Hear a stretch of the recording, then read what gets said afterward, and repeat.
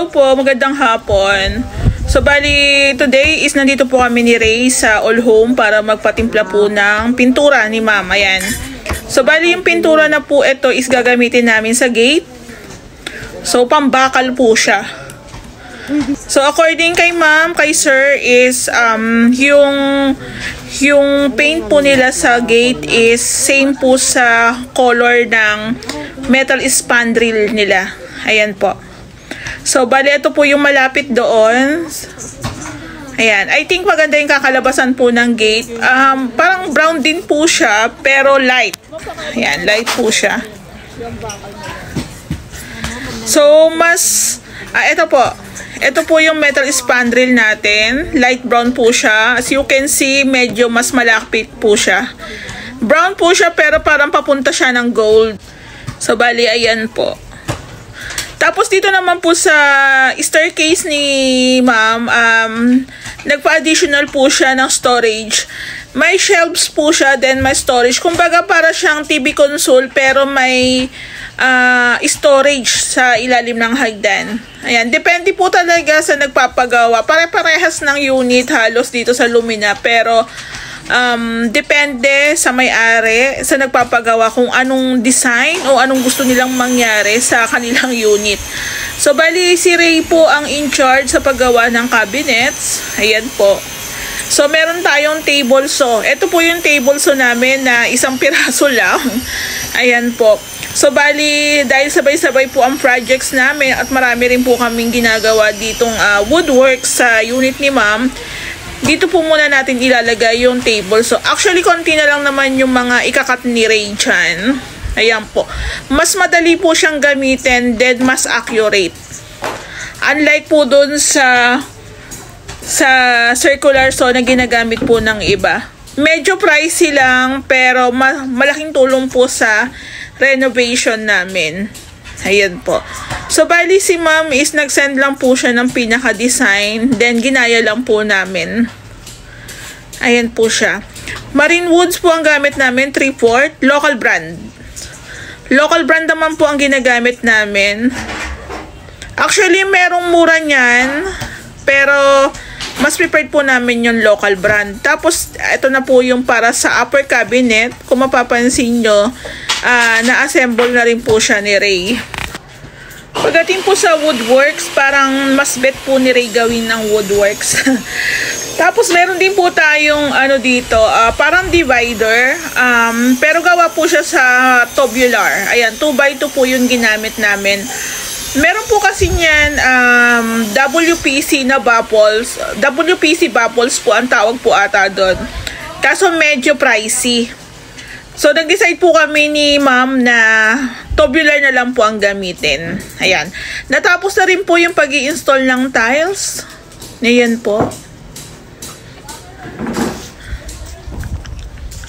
Tapos dito naman po sa labas, halos natapos na rin po namin yung pagka-tiles dito sa unit ni ma'am. 40x40 po yung ginamit dito na parang semi-wrap po yan matte tiles. Meron kasi talaga yung sobrang gaspang. Pero ang kunin nyo po or piliin nyo po yung medyo wrap lang. Semi-wrap lang po. Ayan po. Tapos meron din po tayo ditong metal spandrel. Then yung pinaka-gate nila ma'am, yung grills. Ayan, naka-install na rin po siya. 2x3 tsaka 1x3 po yung ginamit namin dito. Ayan po. So, bali, ito po is naglagay po kami ng pinaka-support para po dun sa design. Ayan po. So, ito po is lalagyan na lang po siya ng polytop. Then, lilihain po natin siya para po matanggal po yung mga bukol-bukol ng welding. Ayan. Then, tsaka po natin yung papahira ng epoxy primer na gray.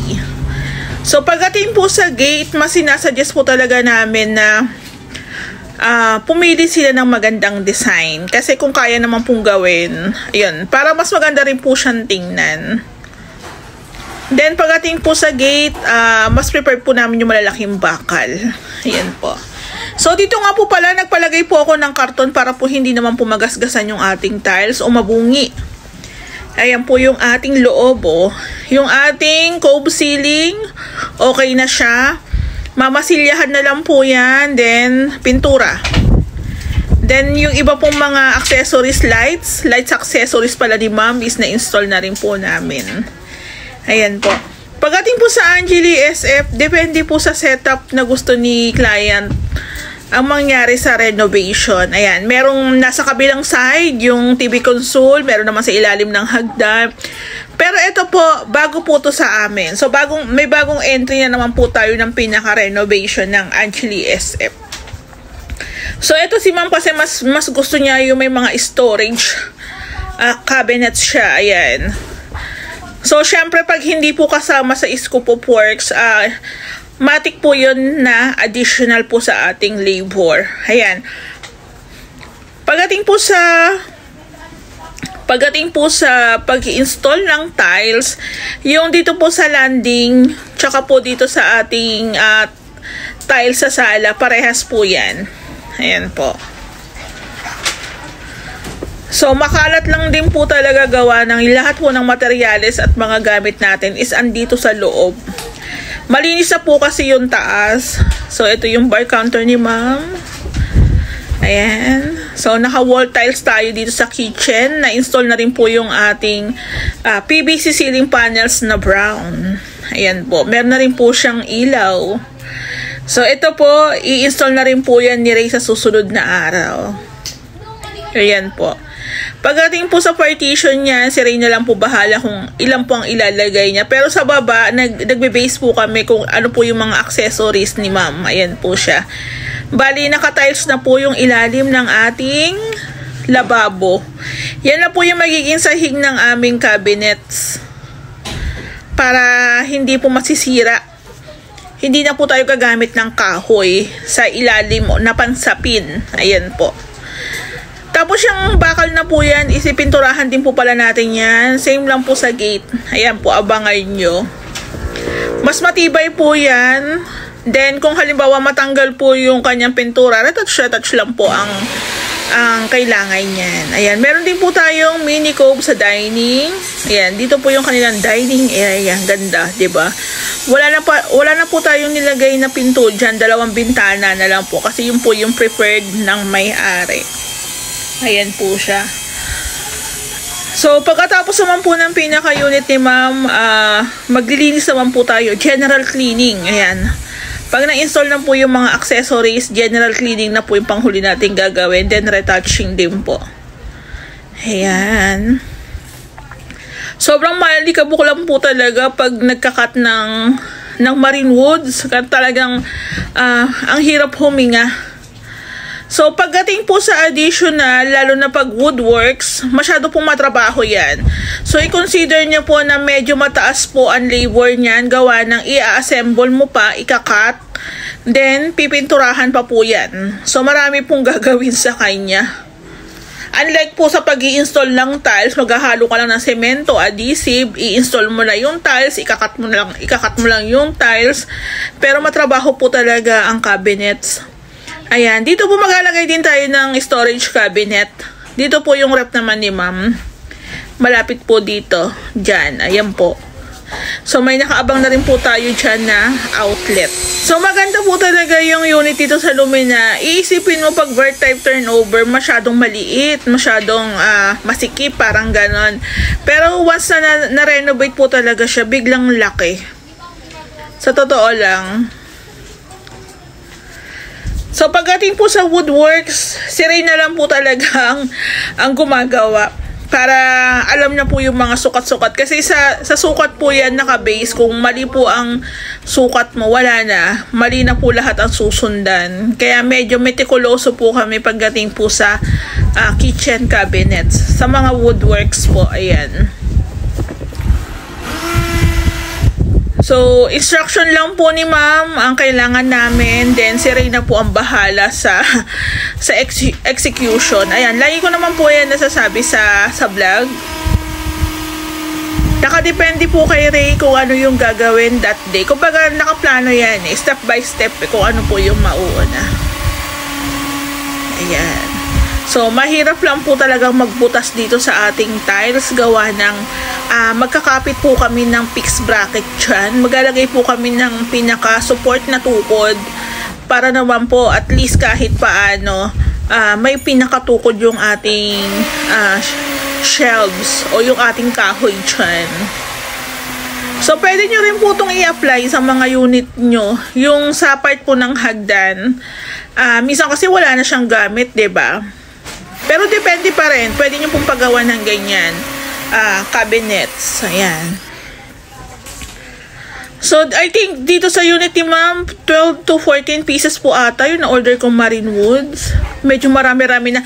Kasama na po yung dalawang cabinet sa taas. Kasi meron silang dalawang built-in cabinet po sa kada kwarto sa taas. Ayan po. So, I think siguro kung kaya naman ng budget, ipatuloy nyo na. Diba? Sa pinaka-package po kasi namin, hindi po talaga kasama ang mga built-in cabinet sa room. Kitchen cabinet lang po ang kasama. Hindi namin sinasama kasi yung iba pong nagpapagawa is may mga cabinet na, may mga aparador na. Pero kung halimbawa wala pa kayo, mas maganda po siguro yung kasama na para nakapix na po yung ating mga cabinet sa kwarto. Ayan. So, napakadali lang po talagang gamitin yung table. So, actually, kung tuloy-tuloy nga po yung, kung matututukan lang po talaga yung pinakagawa, matatapos po agad yung woodworks. Kaso marami po kasing additional si ma'am. So, ganito po yung itsura ng gate nila dito sa labas. Ayan, may design siya. So, mas advice ko rin gumamit po tayo ng at least 2 to 3 color combination para ma-emphasize po yung pinaka-design ng gate. Kasi kung gagamitan nyo lang po yan ng black lang or plain na brown, parang wala lang yung design ng ating gate. So, ayan po. Ang ganda niyan. Tapos, meron na rin po tayong ginawa dito na drainage. Tapos, meron tayong mini rampa lang. Then, maglalagay din po kami ng plant box. Ayan po. Maganda rin po yung may plant box tayo dito. So, sa labas po, naglagay po kami ng ilaw. Ayan, ilaw po yan. So, bali yung pinalagay po ni ma'am na ilaw dito sa ceiling ni Lumina, additional din po yan. Kasi sa Iscopo Porks, hindi po talaga kasama yan. Ayan, bali ang magiging presyohan po namin dyan is per butas po ng ating ilaw. Tsaka po yung pagpapalit din namin ng metal spandrel. Ayan po, ang ganda ng unit ni ma'am. Ang ganda ng gate.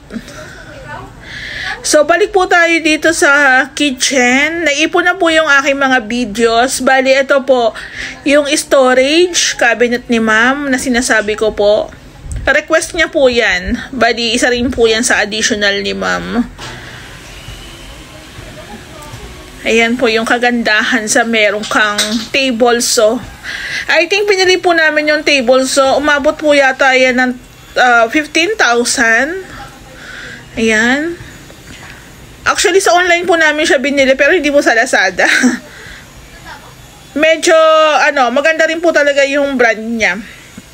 So, kung yung pinaka-blade niya is hindi na matalas, yun na lang po yung pinapalitan namin.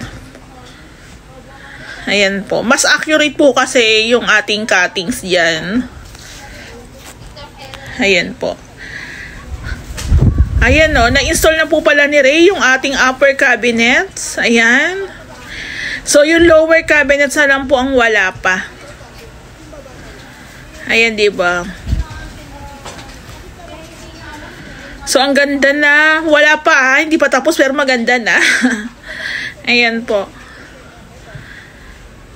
Maganda rin po yung tiles ni ma'am. Ako mas ma-advise ko, wag na po kayong gumamit ng plain white na tiles.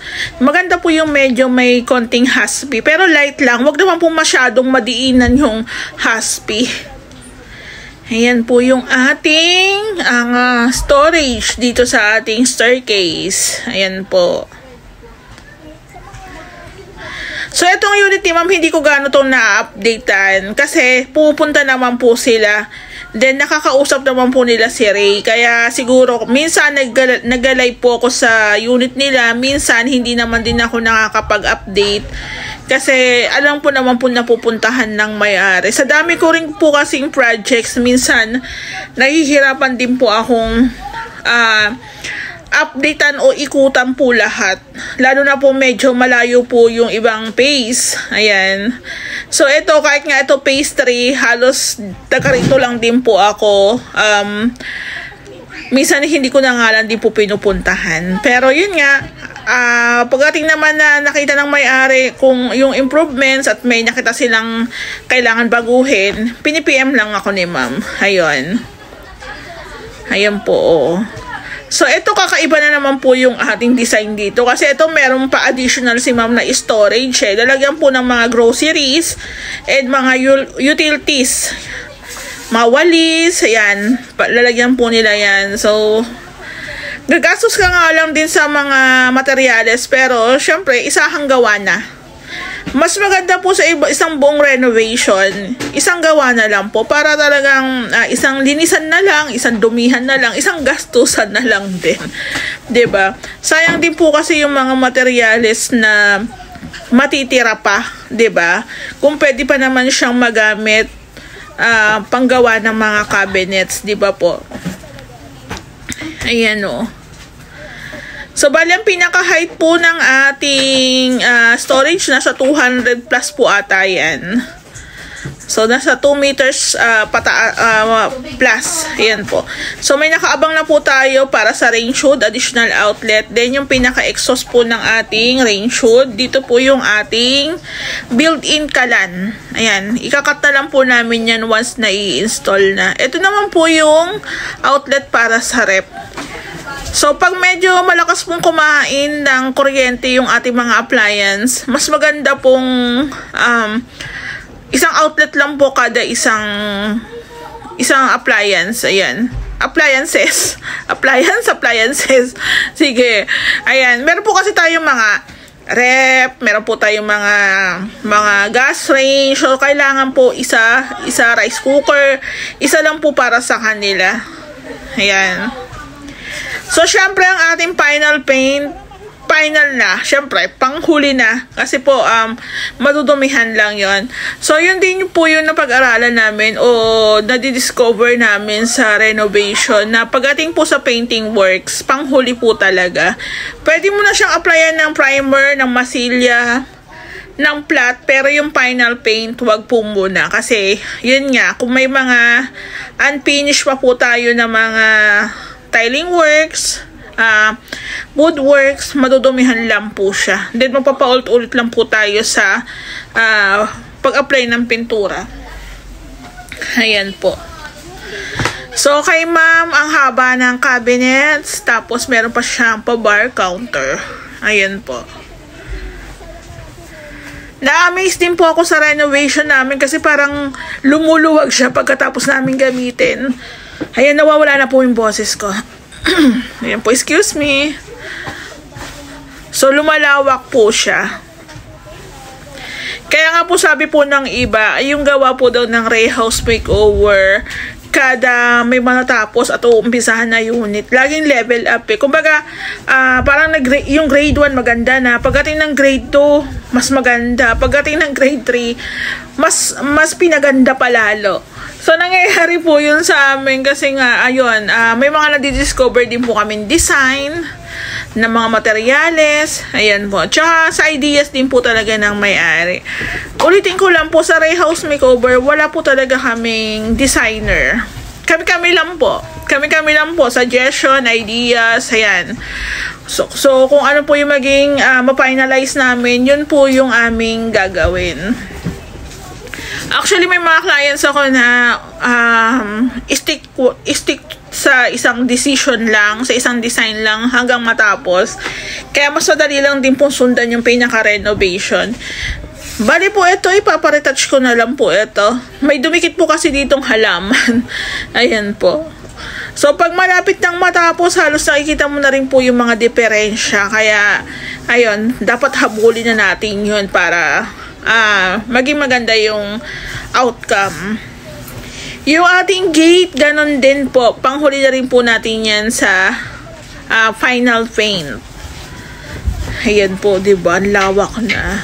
Meron po tayong before neto. Pag natapos na po to, yan, isi-share po natin para makita nyo rin kung ano po yung improvements na nangyari dito sa unit na to. Ayan po, yung ating drainage, ikakasa na rin po yan. Tapos ito pong ating plant box, okay na. Ayan, no. Sa taas po pala ng plant box, mas prepared ko yung mga nasa 20 cm lang.